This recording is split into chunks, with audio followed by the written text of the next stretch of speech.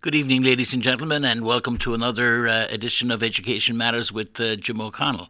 It is Tuesday, March 5th, and if you're watching live at 6 p.m., the call-in number is 640-3091, and as always, your opinions are always welcome on this show, and of whatever nature those opinions might be. I'm happy to give you a few moments to express things, whether you might agree with me or not. In the end, shining a bright light on things and allowing people an opportunity to speak and be heard is has to be a healthy thing.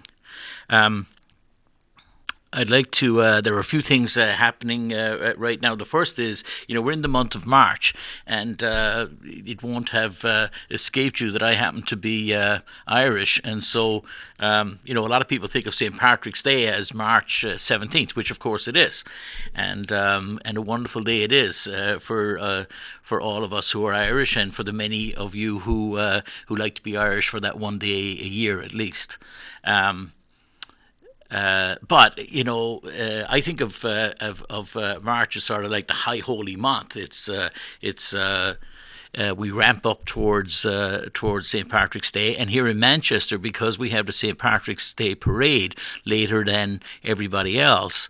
In this case, it's the final Sunday, which I think is the 31st, or the last Sunday of the month anyway, will be the St. Patrick's Day parade in Manchester. So.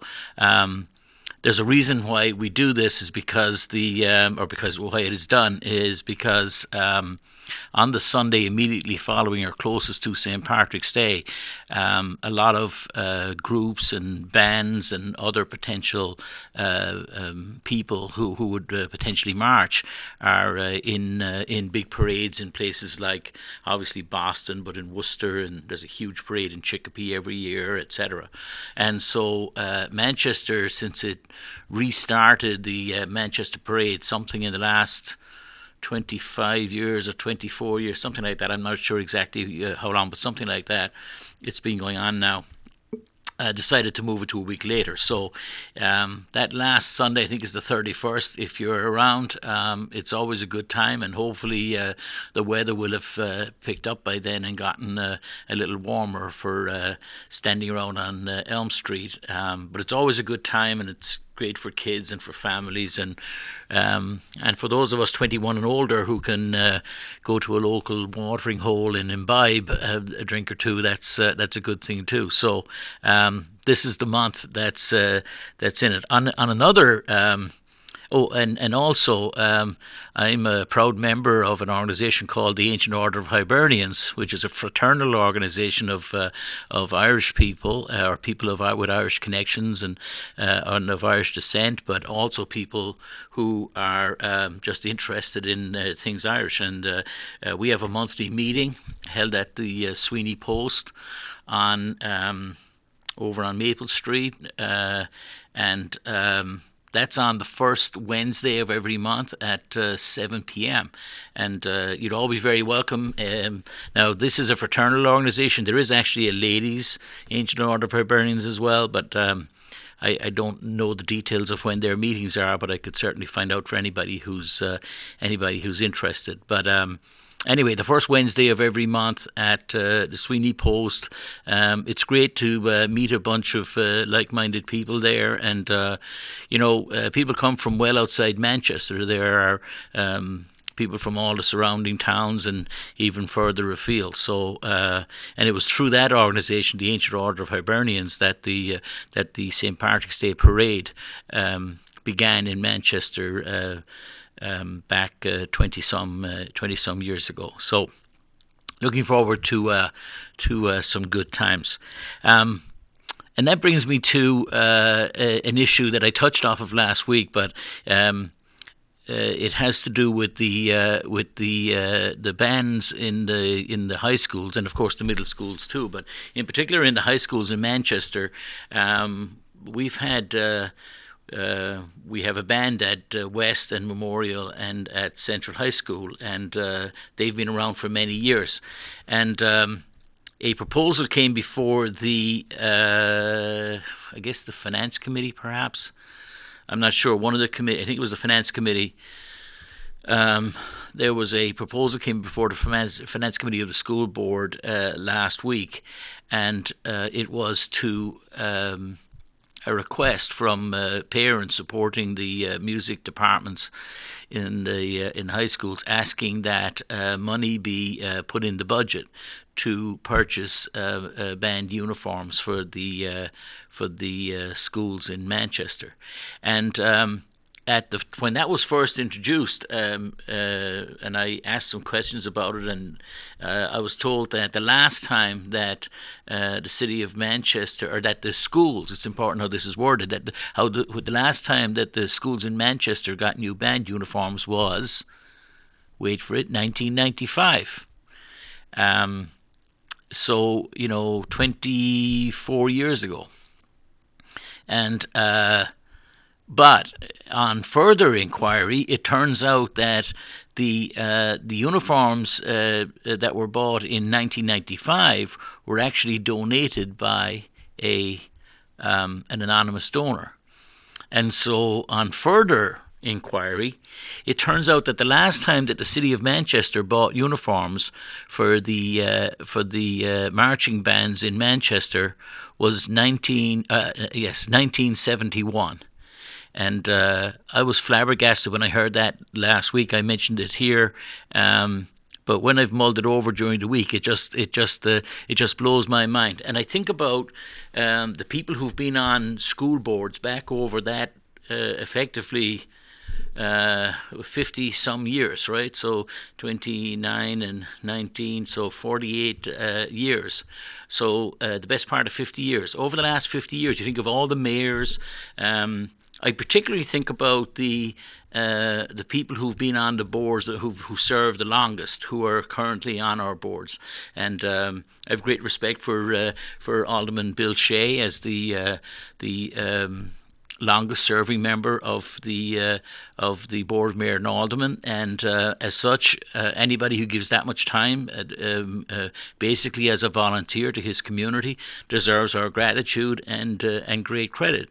And but it also strikes me that for the many years that he's been in that seat, he has watched year in, year out, has been part of, in other words, he can't take his hands off of or disown the budgets that were passed. And I don't mean to single him out in particular, because it's true of everybody who served, the ones who are no longer there. But all during that period, there wasn't a time came when someone said, maybe we should buy new uniforms for the kids in the music department. And as the point was made by a parent at one of these meetings, what is very noticeable is that during that time, the various sporting teams have had uniform changes on many occasions. And somebody said that the cost of a band uniform was the equivalent of the cost of a football helmet for the football team. Now, let me be clear.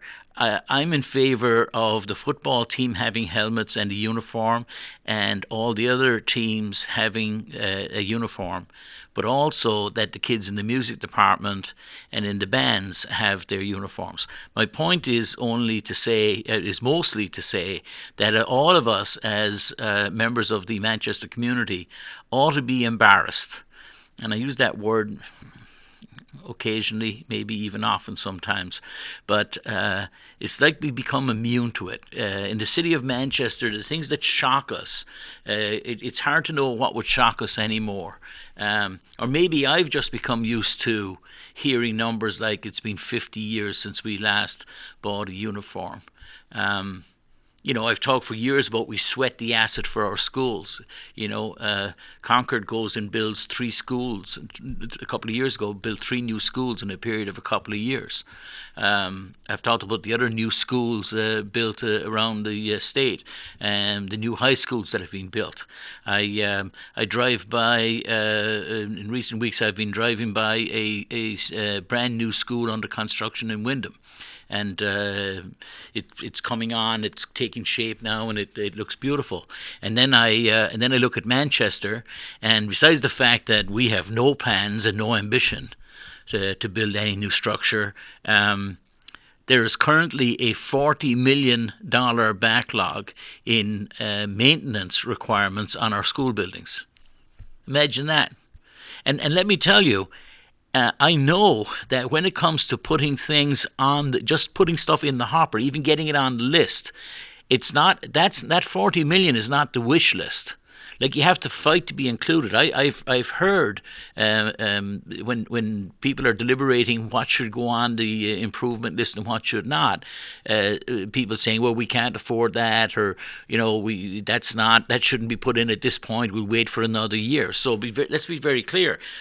It's after all the fighting is over that we've gotten to the 40 million number.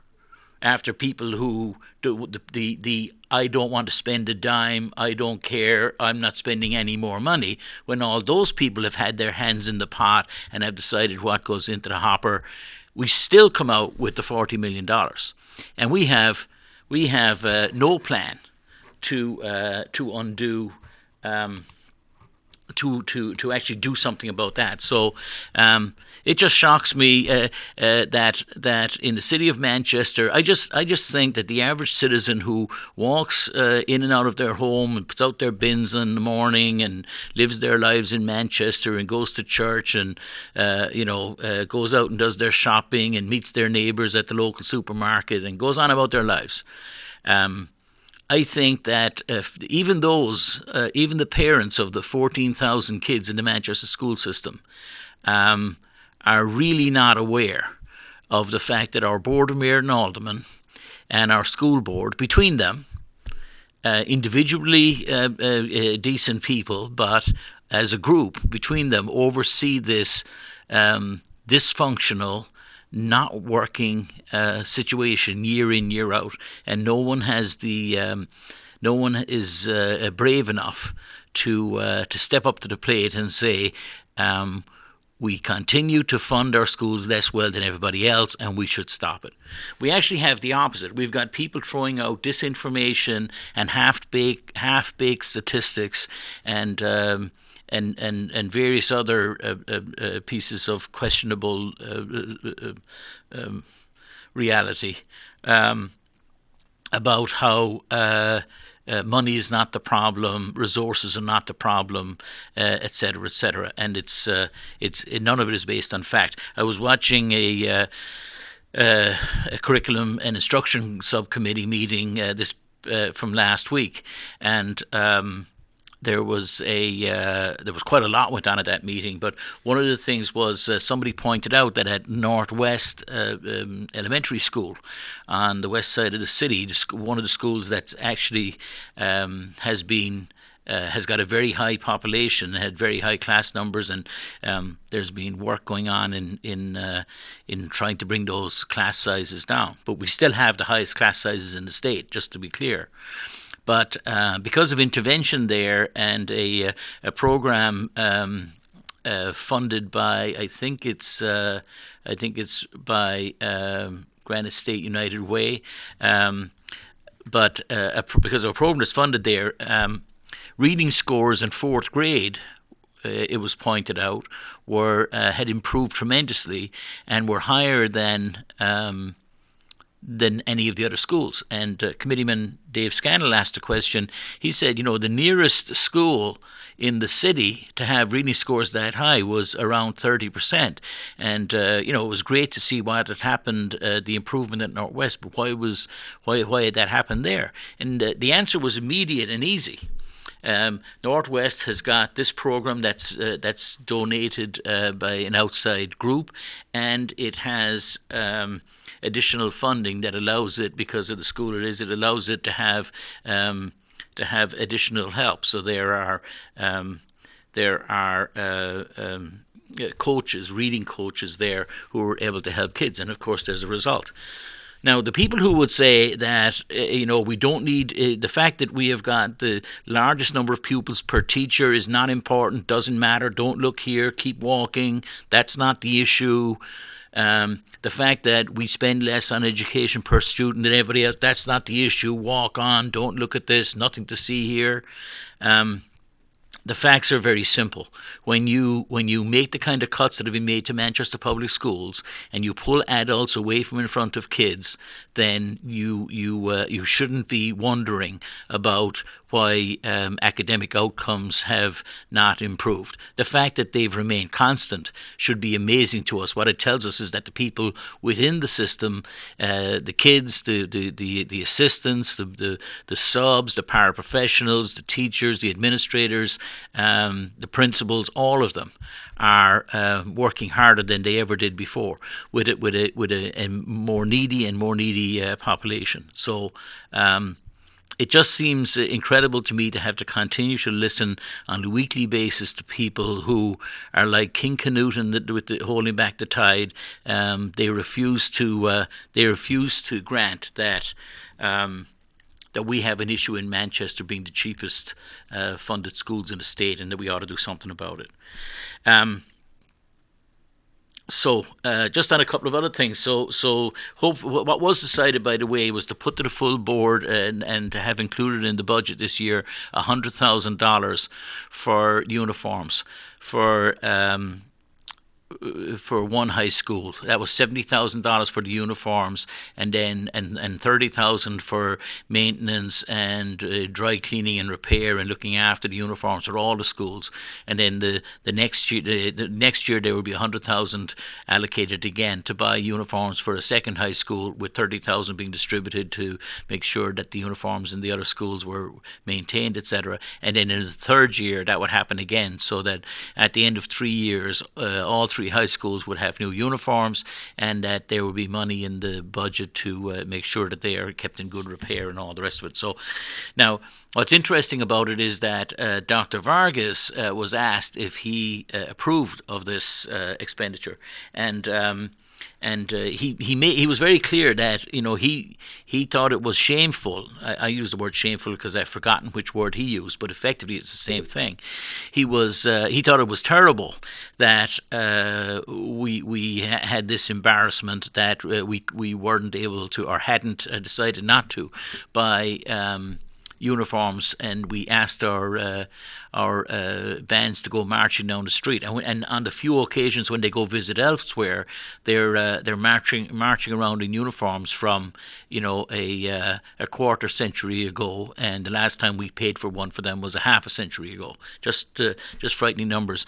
But he said, so while he understood that, he still couldn't say that this was a priority that he agreed should be put in the budget. Just think about that. So even though we haven't bought uniforms for the bands for 48 years, we had someone donate uniforms 25 years ago, that there are so many other things that are needed of a higher priority in Manchester schools, that Dr. Vargas didn't feel okay with saying this is the thing that we should find 100,000. Now, the budget for the budget for next year at the tax cap, the 2% or so that's allowed under CPI, is around 171 or closer to 172 million dollars. So $100,000 as a percentage of that is by definition close to 0.5%. It's 0.05%. Or even less. I'd have to do the math, right? 1% is 1.7 is 17.1. 1% is 1.7. Sorry, so work down from there. It's 1/17 of 1%, so it's even less than what I said. I'll do the math later, folks.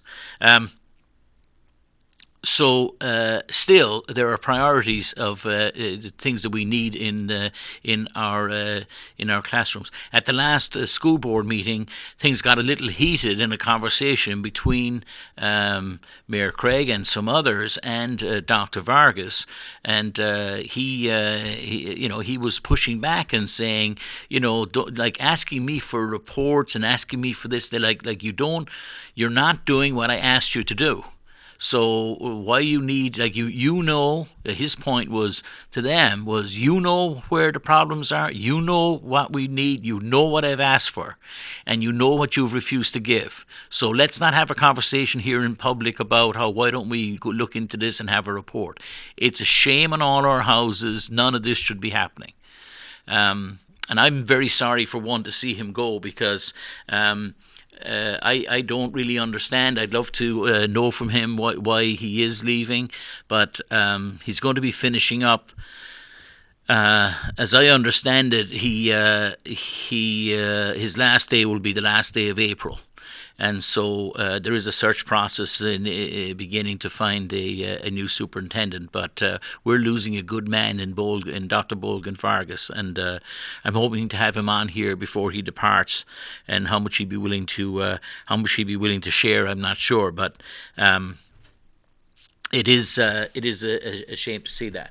I want to go to calendars for a minute and some of the things that are happening in calendars here. So if I could, if you go to the Manchester School District website, mansd.org, I say regularly and often, and I will continue to say it, that for parents who've got kids in the school system, being aware of what's going on is important, right? Knowledge, knowing what's going on is the first thing. You can't make informed decisions on behalf of your kids unless you know, unless you have information. And in this day and age, there's no excuse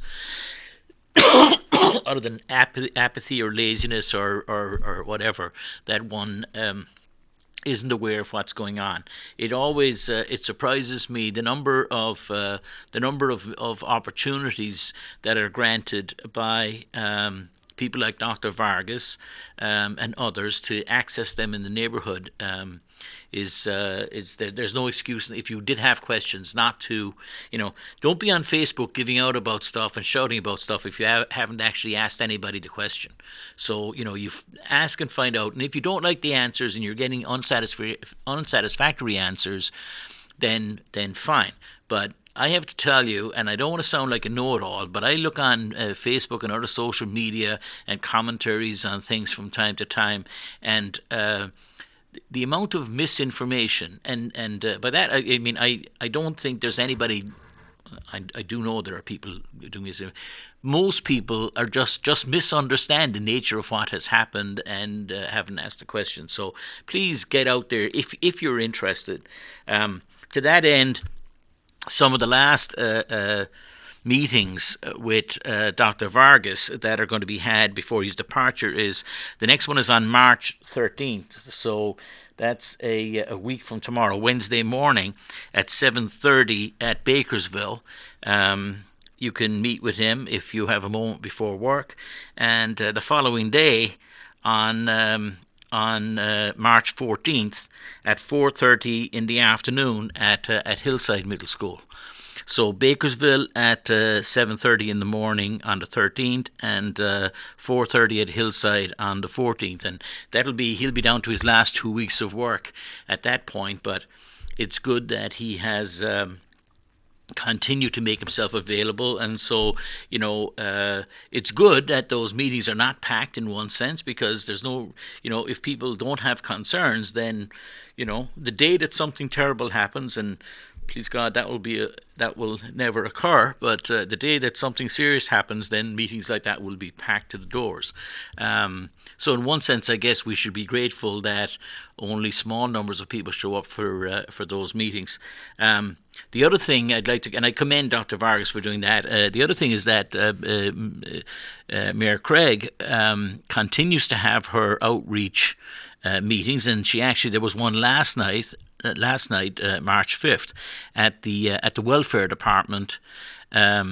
Actually, it wasn't there was a meeting with the welfare department. It was held up on the corner of Lake Ave and Hall Street, I think, but at the building on Lake Avenue, and that at that meeting there were I brought a card so I would remember these, but yes, at the meeting it was at the MCRC building, the Manchester Community Resource Centre at 434 Lake Avenue, which that's where the meeting was held with Joyce Craig. And in the end, there were 3 members of the public who showed up for that meeting, which is fine. Not everybody has to be there, but if you want an opportunity to speak to the mayor and things are troubling you, then she is certainly. There's no control on these meetings. People are, what they ask isn't controlled, and they're not, you don't have to submit questions like some kind of fake town hall from some politician who says I'm having a town hall, but you have to get through their bouncers and security guards and their managers to actually hand in a question, which is sanitized, and they'll only take the ones they like. But so this is just the little city of Manchester. It's not that big. It's not that important. So having the mayor should be available to people, and I commend her for continuing to hold these meetings around the city. They're usually centred on a department. Like I said, last night's one was actually to meet with the commissioner for the welfare director, Charlene Michaud, at the welfare department, and she spoke about her work and what she does. So anyway, it was good. It was good to do that. But when I think about the issues in the city, I don't spend a lot of time, and I don't know a lot about the welfare department, etc. And I'm grateful for that I haven't had the need to go there.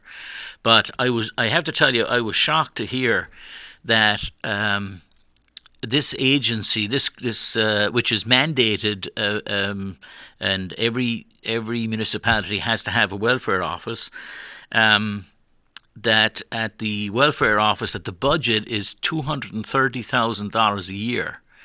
And it makes me shake my head, because the numbers I've heard, and they're all over the place right now, but there are 760 children homeless in Manchester right now, which is an extraordinary number.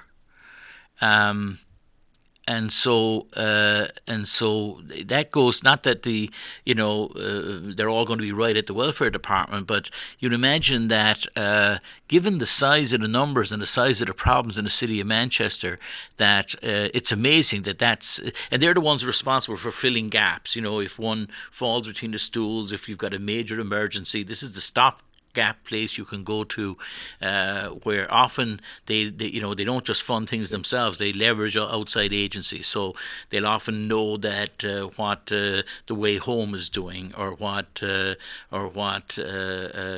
Families in Transition has available, or whatever. So they're able to give people information and able to help them out and direct them to other services.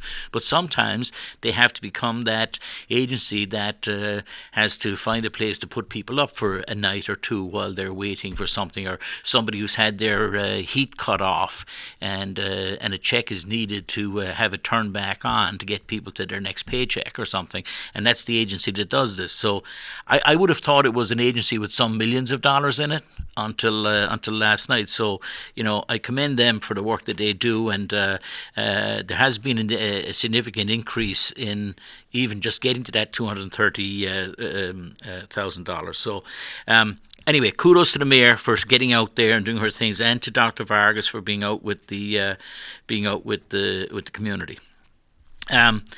A few other dates that are coming up. We have, if you go to the Manchester School District website, this week are the open houses. So as it says here, between March 5th and 11th, 3 of the high schools in Manchester are scheduled to host open house events for incoming students and families. And so if you have a student who's interested in or who will be, who's graduating and leaving 8th grade and heading into high school in Manchester, then the dates are as follows. On Thursday, that's this Thursday at 7, Thursday the 7th, from 6 to 8:30 p.m. at Central High School is the open house for incoming students. And if, there'll be a class of between 4 and 400 kids or something, maybe 500, 450, whatever it is. You'd imagine that parents would want to take the opportunity of going in, and at these open houses they get to visit with not just the the various academic departments and principal and vice principals, but all the sporting clubs and extracurricular activities. Usually the various clubs have a sort of a stall laid out where you can find out the things that you might be interested as a young man or woman embarking on your high school career. The West High School Freshman Open House is on Tuesday. That's next week, so a week from tonight. So if you're not able to watch this program on TV this time next week, then because you have to be at West, then good for you. So at West High School, that's on Tuesday the 12th from 6 to 8 p.m. And then on on Tuesday, March 5th, which would be tonight. So if you are in the Memorial area, then you should get out the door right now, because starting right now at 6:30 is the Memorial High School open house from 6:30 till 8:30 tonight. And then there's parent course selection information night is on Monday, March 11th from 6:30 to 8:30. So, again, you can look at these up on mansd.org, but the open house for Memorials tonight, West is a week from tonight, and Central is on this Thursday night from 6 to 8:30. Also, students in high school this week are choosing the ones who outside of the freshmen, so sophomores, juniors, and seniors are choosing. Or incoming seniors are choosing their course of studies for next year. So that's going on this week. So every student should have come home from school with that information for their school vacation, and so. For those of you with kids in elementary school, then it may be lost on you that as your kids get older, that they do more and more on their own, which is perfectly legitimate and as it should be. I think if mom and dad are still hand holding in every way and sort of sort of in command, then there's something wrong with that by the time a young man or woman gets to 17 or 18. At the same time, to be completely laissez-faire and sort of have a complete hands-off is not right either. There's a happy medium there somewhere. So what you would allow a 14-year-old to do on their own will be a lot different from what you'd want your 17-year-old to do on their own. But it's time to pay attention and know that these things are going on. With regard to the other end of the spectrum, people coming into kindergarten, if I could just grab that, I know that the kindergarten sign-ups for next year will be coming up.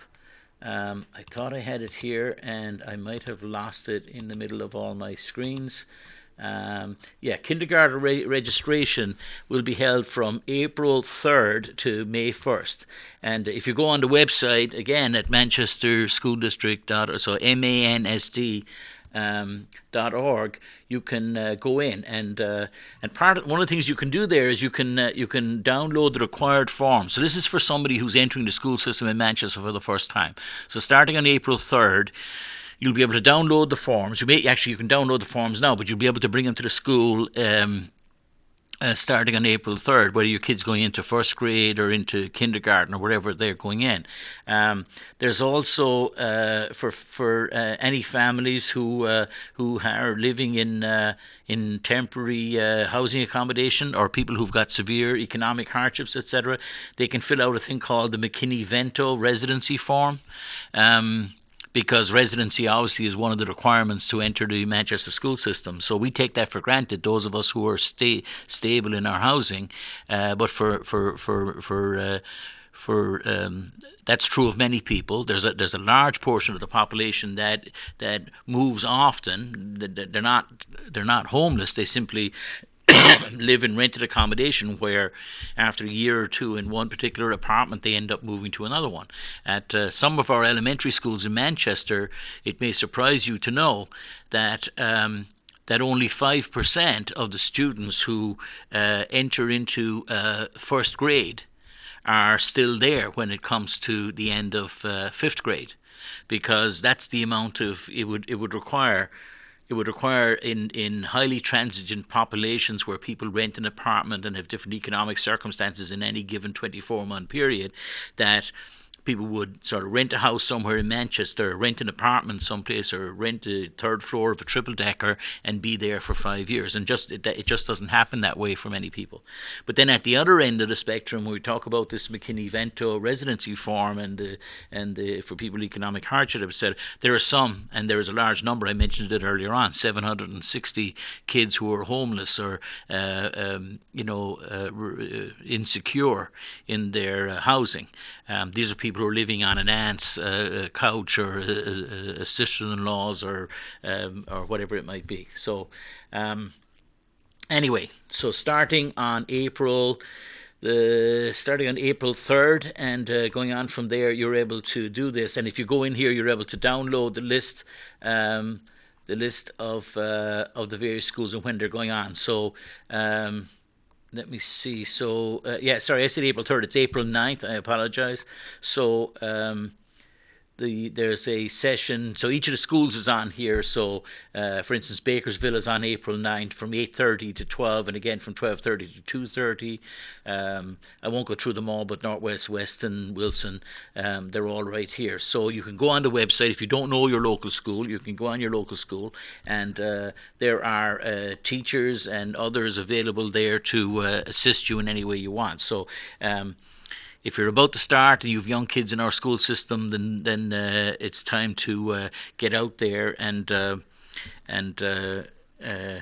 get ready with that. Just to go off on left field for a minute here, when I think about education opportunities in the city of Manchester, I read recently in the last couple of days that the Amoskeag Fishways is closing. And will now only be open for a couple of months a year. And this is as a result of the sale of Eversource, formerly Public Service in New Hampshire. It's nice how these companies can go from being public service with the implication of being part of the civic world and being sort of quasi-public. So you go from Public Service of New Hampshire to Eversource, which could be a company making deodorant somewhere. It could be a shampoo company, but it's Eversource. And then Eversource decides to divest itself of the facility at the here in Manchester, and so. And they divested itself of the coal-powered plant in Bow as well, which is also in the news today. But as part of that, for all these years, you could go to the young families go there all the time. They have summer camps for kids in the summertime, where you go to the Amoskeag Fishways. They often have wildlife there. They have New Hampshire Parks and Rec wardens come and would do displays there. I remember bringing my kids there to look at birds of prey. They do lots of educational programs, and in that parking lot right next to the Amoskeag Fishways, you'll often see school buses there as people go in. Well, no more. The director and her two assistants are being eliminated because the company that Eversource sold the facility to, an out-of-state company, of course, has decided that it's going to eliminate this thing. The cost of the program was somewhere around 240,000 or so. When you look at the amount of money you pay on your power bill every day for every company and house in Manchester and all the surrounding towns. It seems like a very small drop in the bucket. I'm sure it's a tiny fraction of the CEO's salary, but we're losing another facility in the city of Manchester, and I'm concerned about it. I mean, I understand economic realities, but it seems to me pretty uncivic minded of this new company a year and a half after buying the property, that they've decided to make it a part-time property and fire the workers, etc. Now, I worry actually as a taxpayer in Manchester and somebody concerned with the city. I worry about what's going on in that whole area, because this issue of closing the Amaskake Fishways has not been heralded on high. I haven't heard a big outcry about it, and it's like many of the things. These are like the issues like the frog being boiled in slowly warming water, and we have. We have this thing in these things go on, and we're not fully aware of them. So I'm worried about what goes on there, because I'll give you an example. The whole area around the Amaskake Fishways, and remember that's the centre of Manchester. Before there was an Amaskake manufacturing company, there were the Amaskake Falls, and that's why Native Americans came here in the first place and spent their winters here in what were rich fishing grounds. With fish traversing the falls, and so this goes to the core of our identity as a city.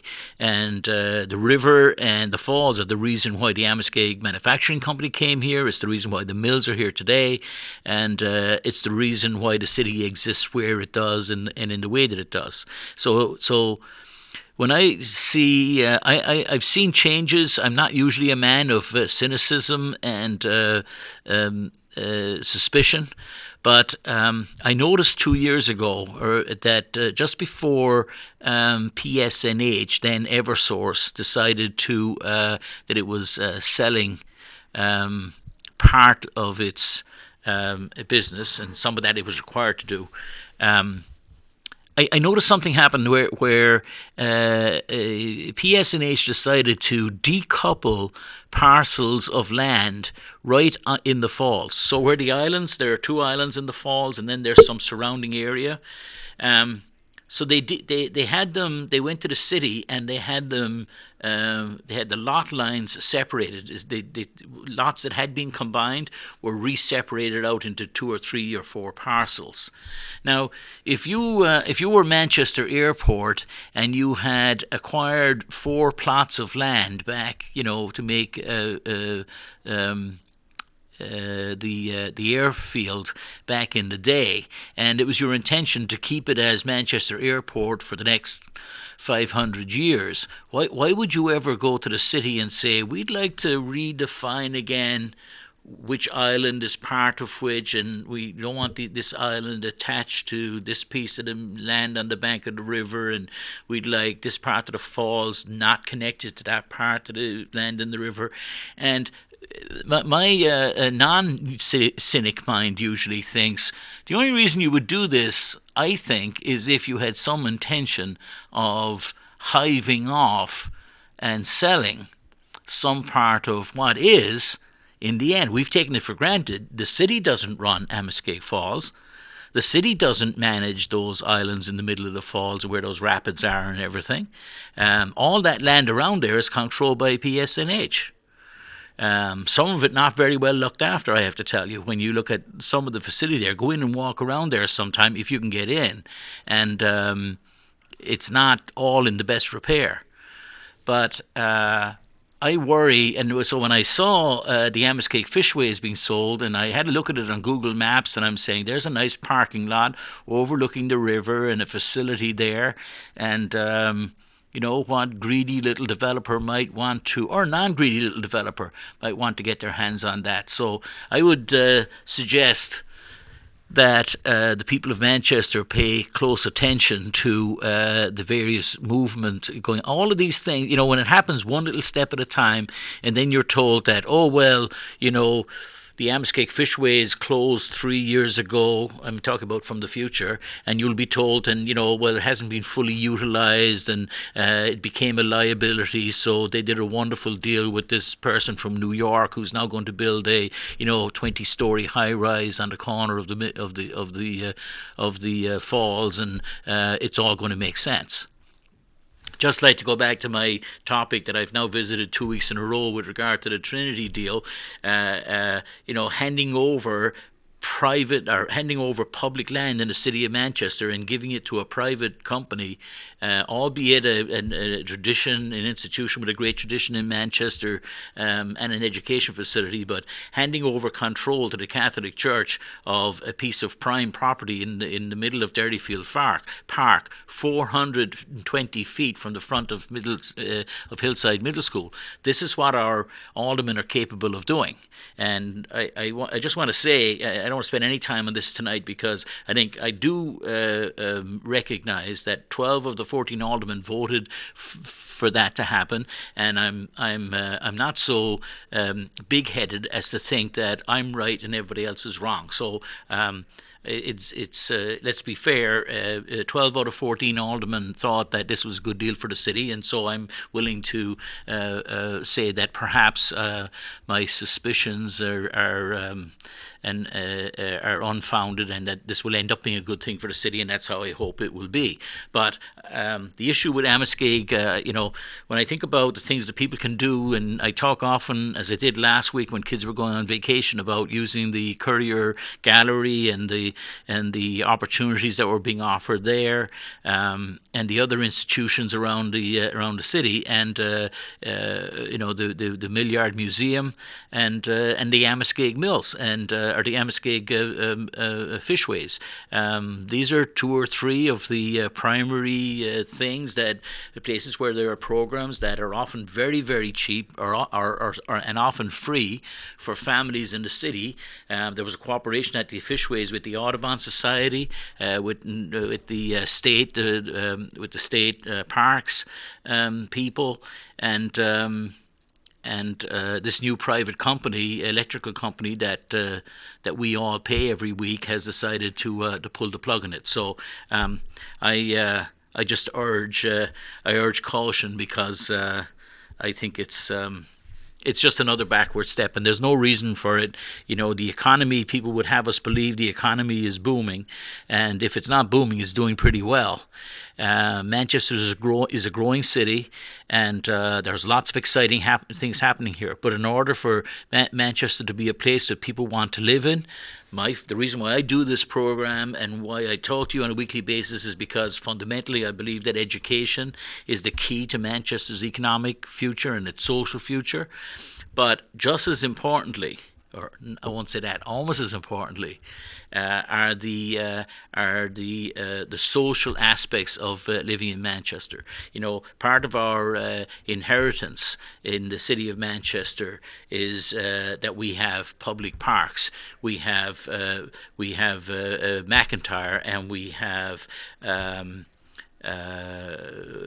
Derryfield Park and the golf course, and we have John F. Kennedy skating rink, etc. Let me grab a call here. Good evening, caller. Welcome. Who's calling? Jim, it's John C. Hopwood. Hi, John C. Hopwood. How are you? Fine. My show tonight's going to be hosted by Nikki Casey, who's going to be talking about Tulsi and Bernie. Now, I want to know, do you want to be signed up for City Hall? Do you want to speak tonight? No, I have to be elsewhere tonight afterwards, but I thank you for offering that. Okay, if you have a text, I can read it for you.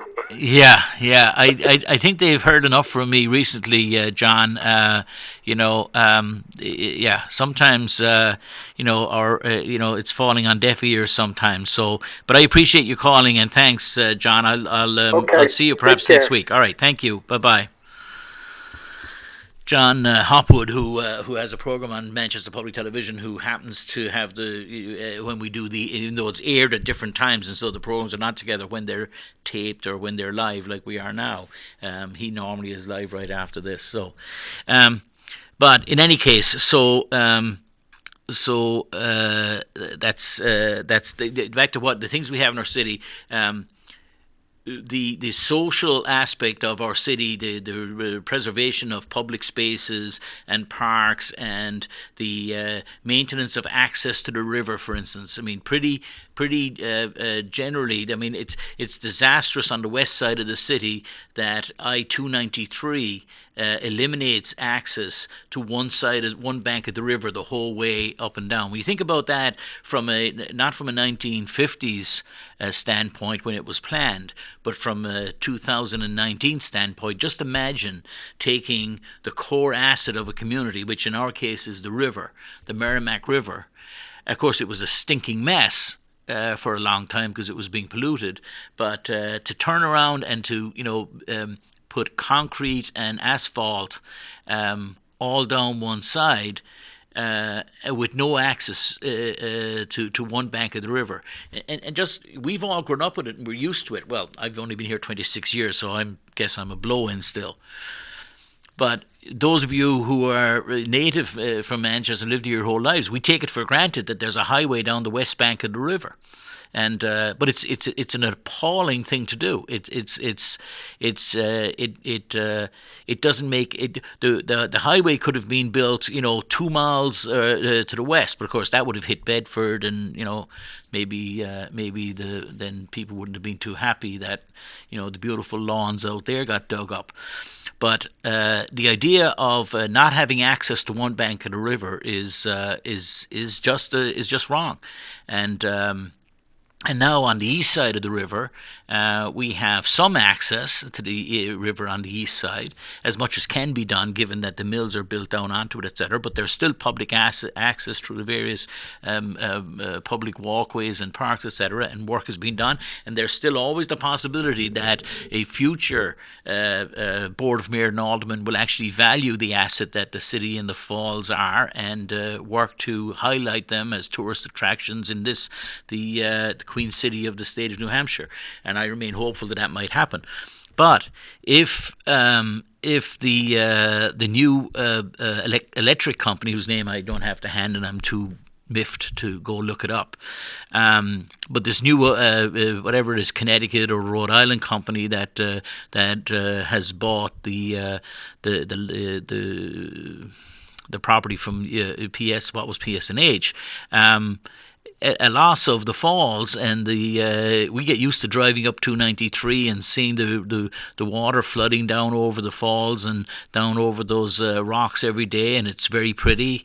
But we shouldn't take it for granted, because who are we to trust that our political leaders wouldn't make a decision just like they would give over control for 35 years of a piece of land right in the middle of Derryfield Park, one of the top, let me say it again, one of the top 5 cross-country destinations in New England, according to US Track and Field, and we just handed over control of a big part of the middle of it, right in the centre of that track. We gave it off to private control in the last week, and we're going to finalise that decision tonight when the bonding is finished.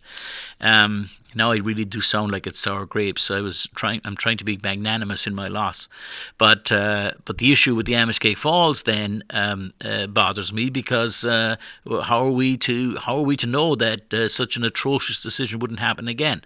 And so.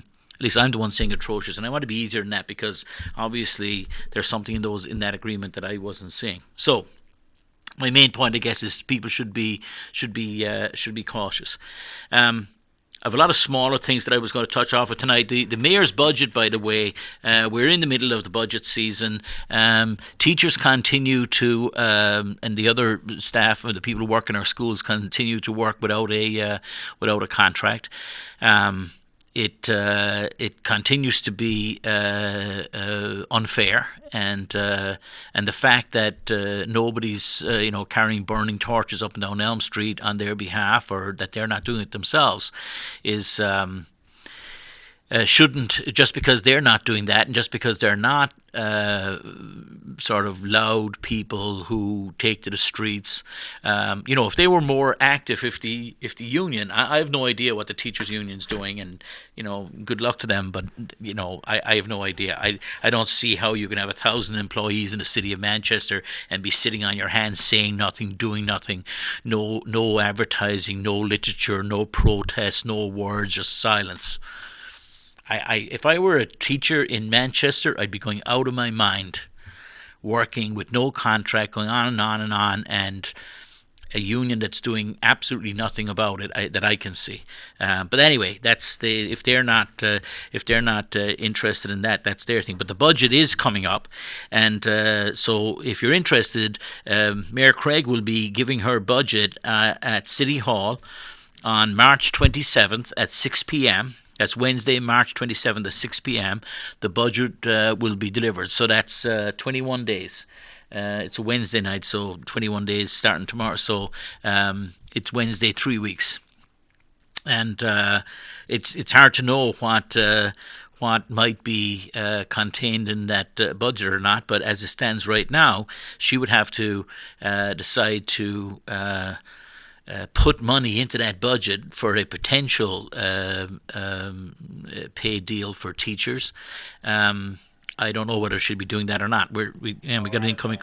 We're out of time, caller. Sorry, we're down to our last couple of minutes here. I'll have to grab you the next time. So I don't know what that is, but it seems to me that if I were the mayor, I would. It says we've got about 3 minutes, but so if I were the mayor, what I would do is include money for some money at least, because to go on for another year and simply be able to say at the end of it that, well, the agreement wasn't reached in time, and therefore, even though I know I've got 1,000 employees or more, I'm going to, by not putting any additional monies in the budget to allow for it, I'm going to copper fasten the whole issue that we have this year and continue it for another one. I just think that's immoral and unfair. I talked at the end of the program last week about our Chief Capuano from the police department and the issue about incentive days, and another issue that I know little about, other than what anybody else does from reading the papers, etc. But for those who are following, it seems that police officers in the city of Manchester were given incentive pay without sort of public knowledge. It sort of happened below the radar for a long time, and Chief Capuano has come back with a plan to issue 12 incentive awards for staff each year, which would be a lot less than what's been given before. And I'm all for public servants being properly compensated and for being rewarded for certainly when they go and above and beyond the call of duty. But I want to reiterate what I said at the end of the program last week. I have friends in the fire department and I've got friends in the police department, and they deserve to be well compensated and properly paid. So I disavow this whole idea of taking from one to give to another. So I just want to talk about teachers. Remember, in the city of Manchester, teachers have no opportunity, and they are often there. They don't have details they can go out on. You'll find their cars in the parking lot of our schools, and anybody who's got kids in the schools know this. You see those teachers there in the evening, in the afternoon, in before school in the morning. They don't get overtime. They don't get time and a half. They don't get incentive pay. They don't get holiday days. They don't get, over and above what they have in the school calendar. But they have no opportunity. They max out at, they start at 35,000 roughly, max out at 75,000 if they're fully qualified at the very top of their scale at the end of their careers. And so I think that any program that would have incentives for public employees in the city of Manchester should be available to all the public employees and not just one section. So, ladies and gentlemen, I lead you with that. Next week is the St. Patrick's Day week, so we'll be talking to you next Tuesday night. Have a great week, and thank you for spending time here with me at Education Matters. Good night now.